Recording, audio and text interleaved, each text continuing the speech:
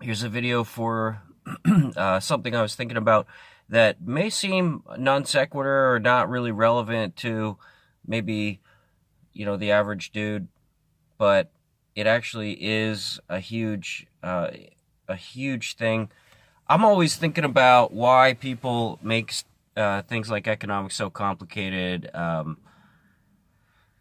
Why is it particularly complicated in cryptos? And you have people talking about digital gold and digital cash, and um, a lot of the fundamentals of how does money work and how does man survive in cooperation with other men, and what is man trying to do, and how do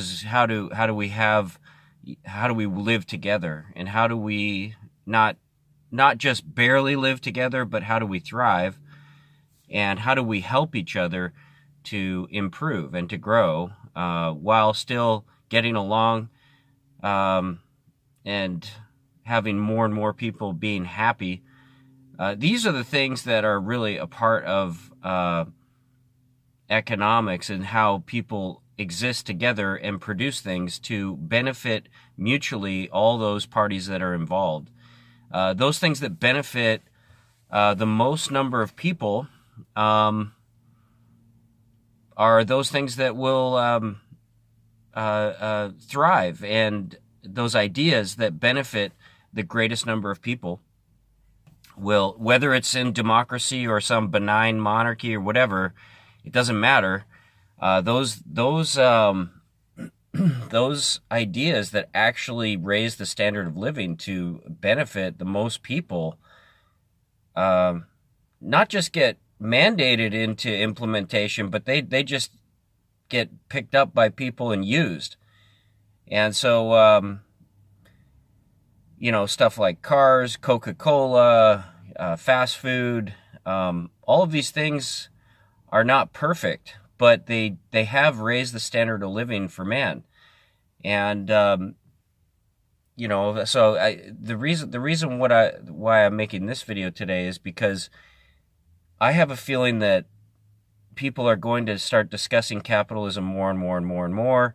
And I want to say this before a person even bothers getting into capitalism or whatever, because the word itself doesn't really mean anything today. You've got capitalism as defined, 200 years ago in Europe or Britain, and it doesn't mean the same thing as it means in America in 2018, okay? And it doesn't mean even the same thing in Asia 2018 as it means in America, okay?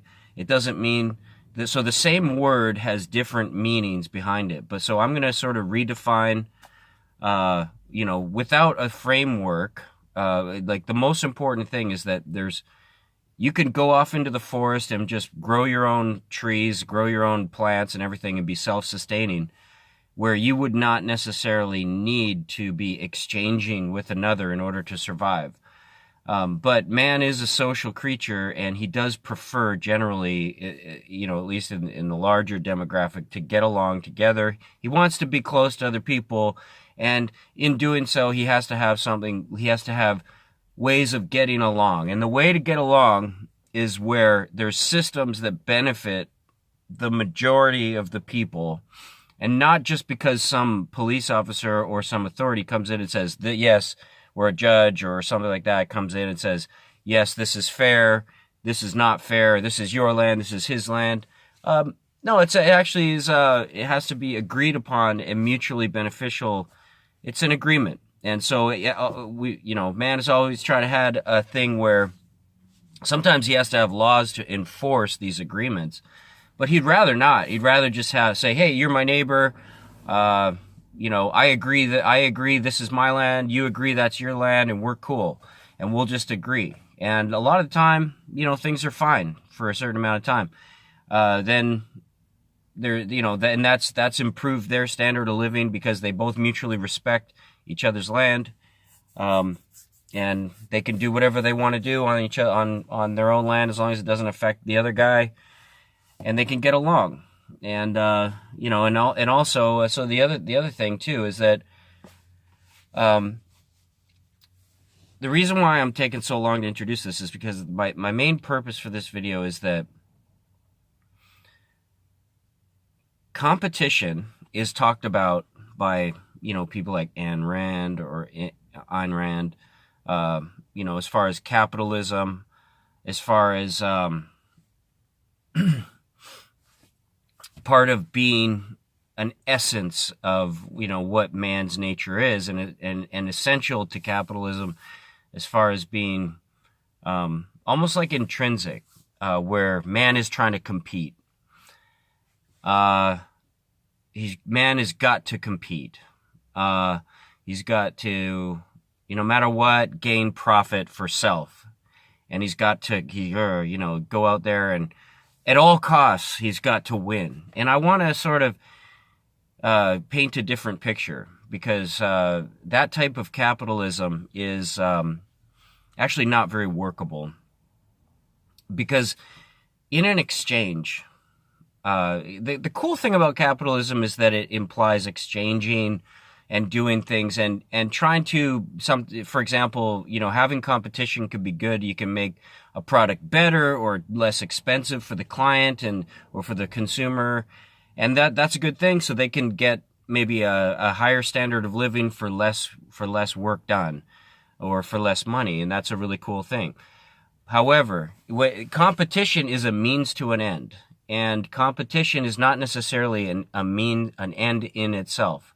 That means nobody is going to pay you just for the sake of having competition, okay? And no man literally is out the womb going, man, I've just got to compete in everything. I'm just going to go. No, it has to be specific and in a specific area.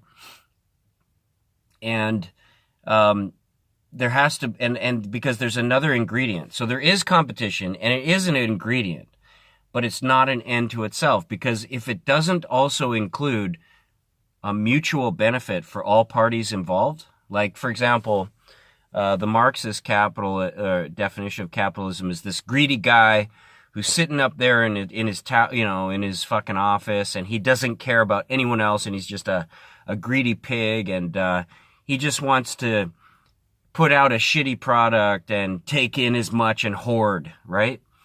And that's one way of looking at it. But the natural economics, though, is where, think about it. When you're a kid, you get out there, you mow the lawn, you think for your neighbor, you think, wow, this will be great. I'll make my $10. That'll be good for me as a kid, and it'll be great for my neighbor because he's going to get a better lawn, right? Or a paper boy, this will be great. I'll make some money, and it'll be, well, newspapers I think are full of shit, but yeah, but anyways, assuming somebody wants a newspaper, then they're getting what they want. It's fair exchange. It's a fair and equal, and that's actually the fundamentals of how economics works. It's not that man must compete. It's that man has to do something for another, and in exchange receive something back. And that gives him a right to his own. That gives him a chance to earn and have his own entitlement to survival in that society. Sorry, I'm trying to articulate my thought here. But anyway, so he's not just competing for the sake of competing. That's just crazy. Now, sometimes even in sports, though, you would say, well, what about in sports? People are clearly just competing for the sake of competing. No, not necessarily. They're competing for the mutual benefit of many. Unfortunately, their opponent he suffers. But actually, in the long run, if you win, then he'll benefit also, because you'll set the standard and he'll try and catch up to you. So you're actually helping him to improve too. But the audience also, it benefits greatly from sports. Advertisers, sports is actually, yes, it's competition. And yes, competition is a vital ingredient, but it's not the end product of capitalism. Competition is not the end product. It's a means to an end that both or all parties, all participants, okay, can get something out of it and raise their standard of living and get some entertainment and get something that they want. And stuff where everybody gets what they want that's part of the real spirit of mankind. Stuff where people are greedy and only one guy gets what he wants and everyone else is fucked. Those types of systems don't last, and they're not good. Okay? So what I'm saying is that man is competing, and it's fun to compete. But he's not doing it just because he hates his fellow man. He's not really, everyone benefits from competition by having better products. And that's really what the real goal is to grow and raise the standard of living for everybody. So everybody's happier. They have an easier life. It takes less effort. You have more wealth. But not necessarily just this evil outlook on people like, oh my God, I've got to compete. I've got to do anything I can to compete and anything I can to win. No, because it's within the framework of providing a service to someone else where both parties are benefiting. This is really important. And this is really misunderstood by people, as far as like why people believe that some are not trustworthy, why you can't give people power, you can't give people that much freedom, so just my thought, and please let me know what you think. Thank you.